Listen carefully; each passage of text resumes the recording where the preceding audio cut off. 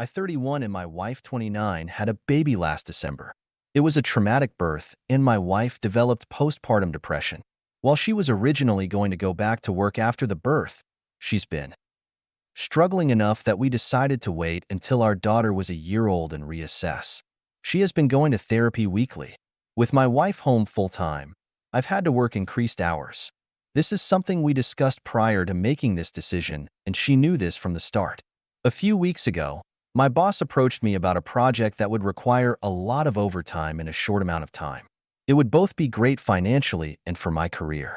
I talked to my wife about it, and she agreed that I should say yes to my boss. For the 4 weeks I'd be working on this, my MIL and her best friend, Jessie, 29F, name changed, would come help out with some of the duties that I typically do. Jessie is a Psalm with a 4-year-old and a 2-year-old. She began coming over during the day and would watch the kids with my wife. 3 weeks into the project, it became clear that we'd need a few more weeks to get it together. I went home that night and talked to my wife about it. She said she was okay with it, but got very cold in the days after. It wasn't unusual behavior over the past few months, so I didn't think much about it and tried not to take it personally.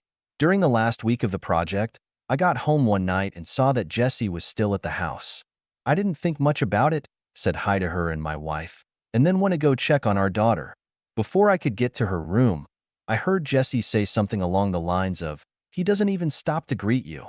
Definitely a sign. I turned around and asked what it was a sign of. Immediately, my wife started crying and Jessie started accusing me of having an affair. She told me that I must hate my wife because she has PPD and am not attracted to her because she gained weight from the pregnancy. Neither of these things are true. I'm trying my best to help my wife through her PPD while supporting our family. And I think she looks great how she is right now. She just hasn't wanted to have sex and I haven't pushed. Jessie then demanded to see my phone. I told her no. She told me that's a sign that I'm guilty. I told my wife that I would let her see my phone if she wanted to. She nodded and something inside me broke. I guess it was the thought that she actually believed I was having an affair really got to me, and that she didn't trust me after everything we've been through. Well, she looked through the phone and there was no evidence. Jessie started saying that I deleted the evidence. She started screaming and woke up our daughter, so I told her to get out of the house. Eventually, she left and I went to calm our daughter since my wife was still on the couch crying. When my daughter was asleep again, I sat down by my wife and tried to talk to her about what's been happening. She told me that she's been worried ever since I started working all the overtime. I told her that we talked about how good of an opportunity it was, and she agreed to letting me take on this project. She said it was very suspicious to increase the length of the project. I told her that sometimes that happens. She wanted more evidence, so I showed her messages and emails with timestamps from work and pay stubs showing the OT. She said she believed me and was sorry for doubting me. It was just that Jessie had been telling her that these were all signs that I was cheating.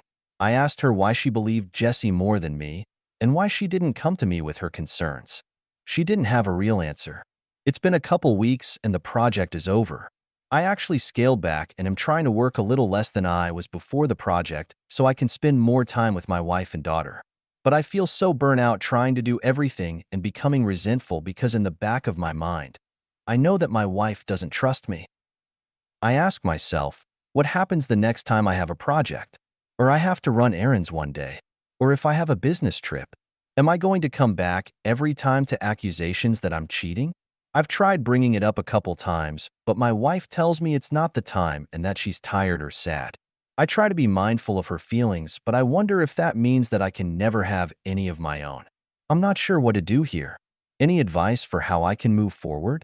Update: thank you to everyone for all of the advice and support on my previous post. I think a lot of you pointed out what should have been obvious, that I need to get a therapist and start looking after my own mental health. A couple people asked for an update, so I'm giving one, but it's not happy. That night I approached my wife and told her that I was going to find a therapist. I didn't connect it to her accusations or anything, just said that I was having a tough time and needed therapy. She shrugged and told me to do whatever. Next day, I got home from work and our room and my home office were ripped apart. Things everywhere. Important papers scattered.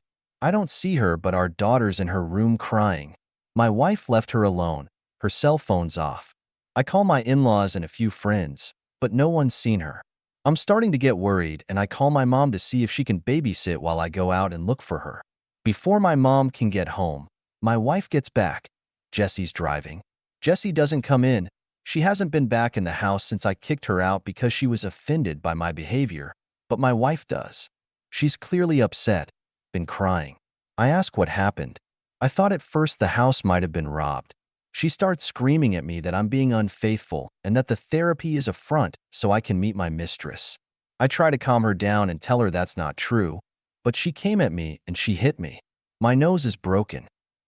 She kind of realized what she did and sat down on the couch and went comatose, just stared at the wall. I went into my daughter's room and locked the door. Called my mom to tell her what happened. She was already on her way, and my MIL to ask her to come over and take care of my wife. I packed a bag for my daughter, and when my mom got there, we left. My wife didn't even look up. We dropped my daughter off with my dad and then went to urgent care for my nose. I got blood all over my mom's new Subaru. My daughter and I are staying with my parents for a while, and my wife's staying with hers. I am looking into getting a restraining order against Jessie. My wife and I are separating. I love her, but I won't live with someone who hurts me and who could potentially hurt our daughter. I am not going forward with a divorce yet, with the hopes that my wife will get the treatment she needs and we can work things out. My in-laws told me that they're looking at inpatient treatment at a local hospital, but I also have everything well documented in case of an eventual custody battle. My heart's broken because I know this isn't my wife. This is a sickness in her mind. But I need to keep myself and our daughter safe and give her the space to recover. I'm hoping that this is the right decision. Thanks again, everyone. Edit. Thank you all for your feedback. I've talked to my parents after reading your comments and came to the conclusion that for my daughter's protection, I need to file a police report. I am headed to the station now. TLDR. A woman fed lies to my wife, suffering from postpartum depression that led to a mental breakdown and her death. She now wants to speak at my wife's funeral. Denying her would start trouble, which I'm not sure would be worth it. There's more context for this situation in my post history. My wife passed on early Monday morning. Convinced by her friend Jessie that I was having an affair that I did not have, she had a mental break, which resulted in my taking our infant daughter and staying with my parents for a while. She was with her parents, who planned on taking her to the hospital for inpatient treatment on Monday.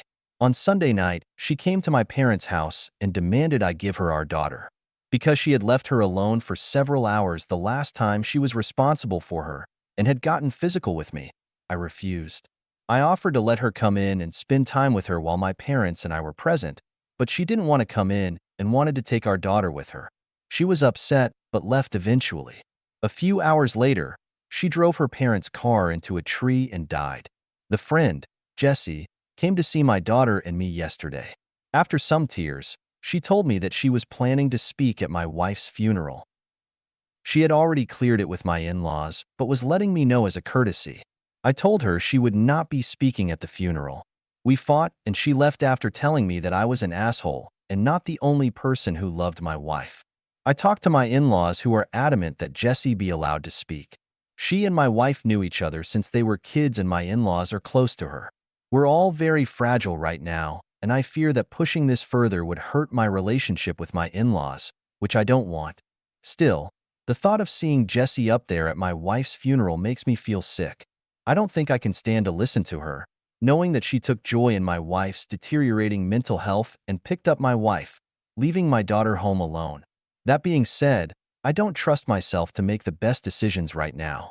My mind's clouded by grief, guilt, and fear. My parents are split on what to do, and I don't have the energy to reach out to my friends. So I'm coming here again to ask for your advice. Thank you.